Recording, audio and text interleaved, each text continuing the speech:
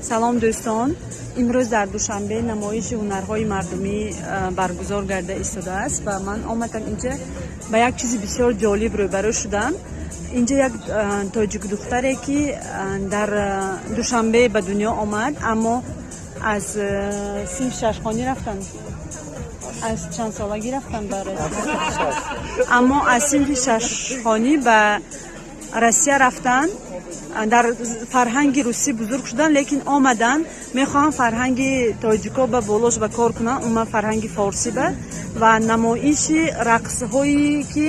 رقص های مردانه که از بین رفته ایستادن. حاضر یک برنامه دارن، اینا پیش برده ایستادن که دوباره رقص های مردانه تاجیکی زنده شوند و در اینجا اینا به نمایش گذاشته ایستادن. چه که شما میبینید جوان دختر و جوان پسر رقص کرده ایستادن،